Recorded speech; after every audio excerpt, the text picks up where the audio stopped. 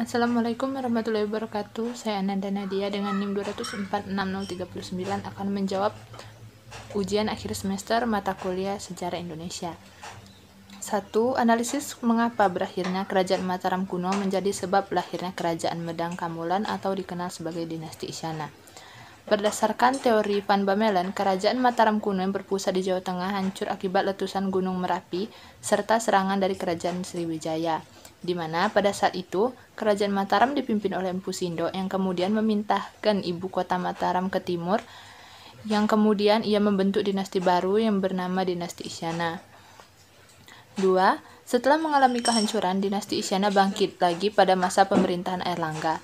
Analisis apa saja yang dilakukan Airlangga yang tidak hanya mampu menyelamatkan kerajaan tetapi juga mampu membawa kerajaan pada puncak kejayaannya.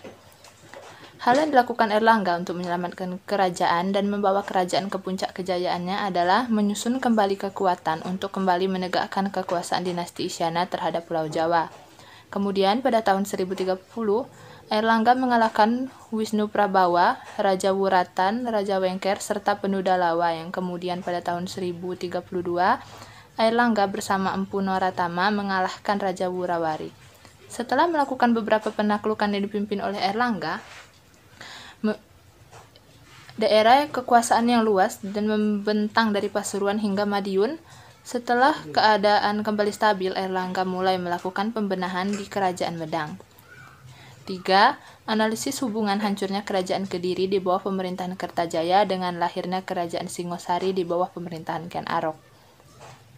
Pada tahun 1222 terjadi perseteruan antara Kertajaya dengan kaum Brahmana, yang dimana perseteruan tersebut terjadi karena masalah pembagian tanah.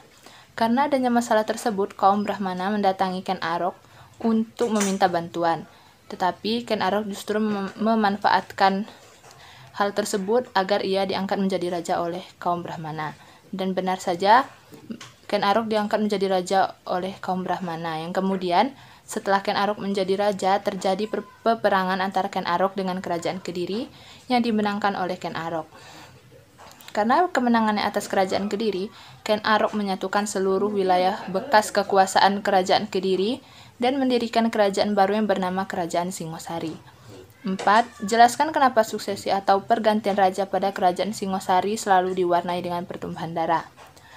Pertumpahan darah yang terjadi di Kerajaan Singosari ini berkaitan dengan kutukan dari Empu Gandring yang membuat keris yang dipesan oleh Ken Arok.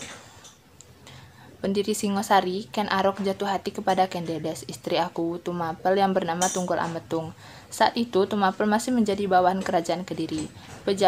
Pejabatnya setingkat Aku. Untuk mewujudkan keinginannya memiliki Ken Dedes, Ken Arok berencana membunuh sang Aku ini.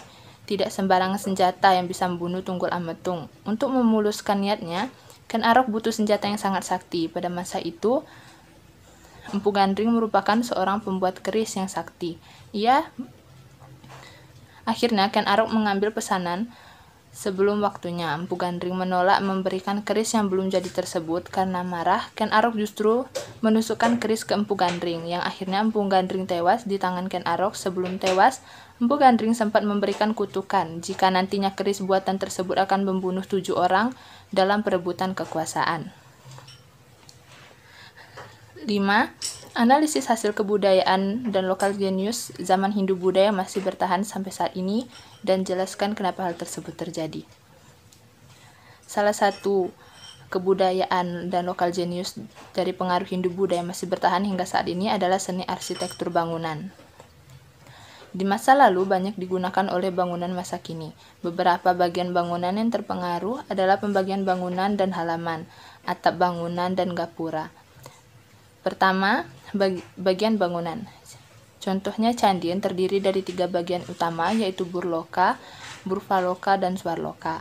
Konsep ini kemudian diadaptasi dan saat ini kita dapat melihatnya masih digunakan di rumah-rumah tradisional seperti rumah tradisional Bali.